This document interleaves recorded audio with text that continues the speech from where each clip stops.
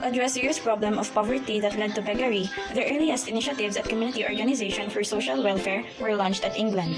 The Elizabethan Poor Law in England was the first of its type, and it was established to offer services to the poor. Another significant event in the history of community organization is the creation of the London Society of Organizing Charitable Relief and Representing Mendicancy in the year 1880, and the beginning of the settlement house movement in England. Its historical development is divided into four phases. The first phase was in the year 1880 to 1920. During this time, community service was primarily viewed as a form of social work. It was seen as a method of assisting persons in improving their social adjustments. During the second phase in the 1920 to 1950, community organizations was intimately tied with the central and state government's urban development programs. In the 1950, it emerged as a reaction to the neighborhood idea, which provided an ideological base for the second phase. Most of the educators and planners tried to analyze the shortcomings in the existing system.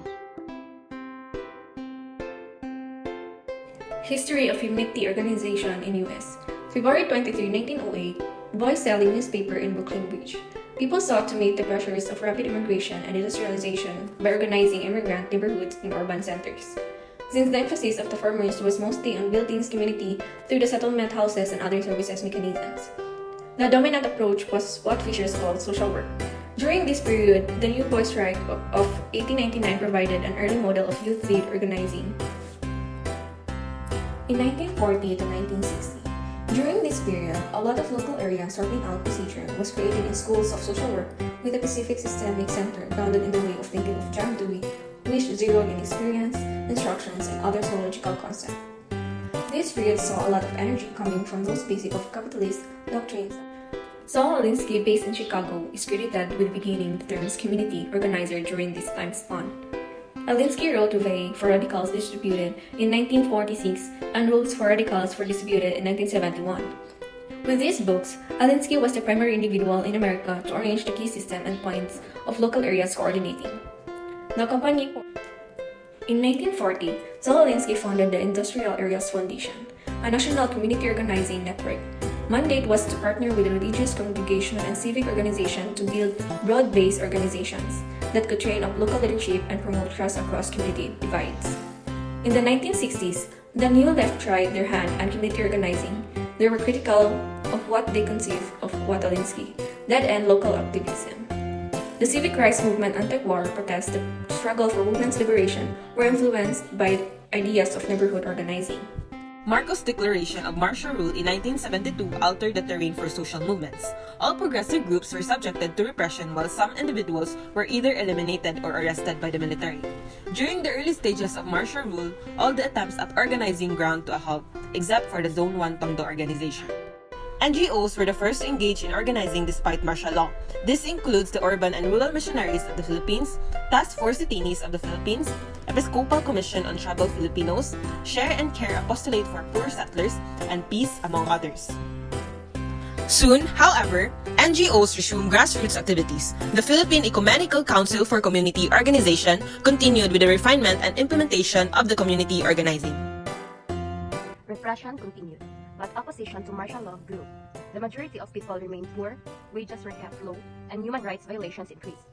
In 1981, when martial law was lifted, new approaches and tools were developed across the country. NGOs helped organize the mass movement. Pioneers in the field like the Task Force Detainees of the Philippines and lawyers groups like the FLAG and Mabini effectively advocated for human rights. International campaigns against WMD, conservation, and sustainable development influenced Philippine social development. During this time period, NGOs focused on these issues arose. Locally, the women's movement grew stronger. NGOs recognized the need to form networks to facilitate linkages, synchronization of activities, and resource sharing. During this time period, the Philippine Partnership for Rural Human Resource Development and the Council for People's Development were formed. Regional NGOs like Kahayag Foundation in Mindanao and Cordillera Consortium of Development Programs were also formed. During this time period, cooperatives grew again. The government created the Cooperative Union of the Philippines in 1979. Undecided cooperatives formed the National Confederation of Cooperatives. The assassination of Benigno Aquino in 1983 led to widespread street protests, which became known as the Parliament of the Streets. There were efforts to forge unity among the anti-dictatorship forces. Major organizations among the ranks of the peasants, the fisher folks, and the indigenous people were organized for the purpose of advancing sectoral agendas. Other venues of development work were explored further.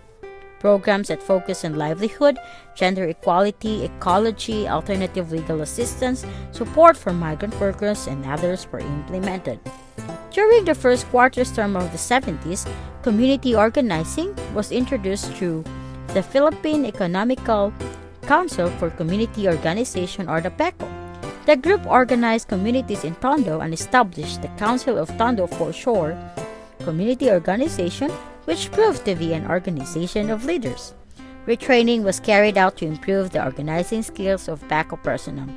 The Saul-Alinsky method of conflict confrontation developed in Chicago was adapted to conditions in Tondo. As a result, the Zone 1 Tondo Organization, or the ZOTO, was born. The program was replicated in other parts of the Philippines, including the rural areas, and usually introduced through social church structures. The Alinsky Community Organization method was refined to include reflection sessions, which were in turn taken from the Paulo Freire's pedagogy of the oppressed. When martial law was declared, organizing efforts continued. During this time, development workers began pushing for people's participation, and community organizing became the tool for achieving this. Both international development groups and government began advocating and funding community organizing programs. Even before PECO adopted the Alinsky practice of community organizing, the progressive section of the Catholic Church were already started organizing the basic Christian communities, or the BCC, in Mindanao with the proclamation of Vatican II. It soon spread to some parts of Luzon and Visayas, and the organizing was basically liturgical, employing Bible studies and other creative forms of worship. But during the martial law period, the BCC became a means for witnessing the teachings and example of Christ, the socio-political world.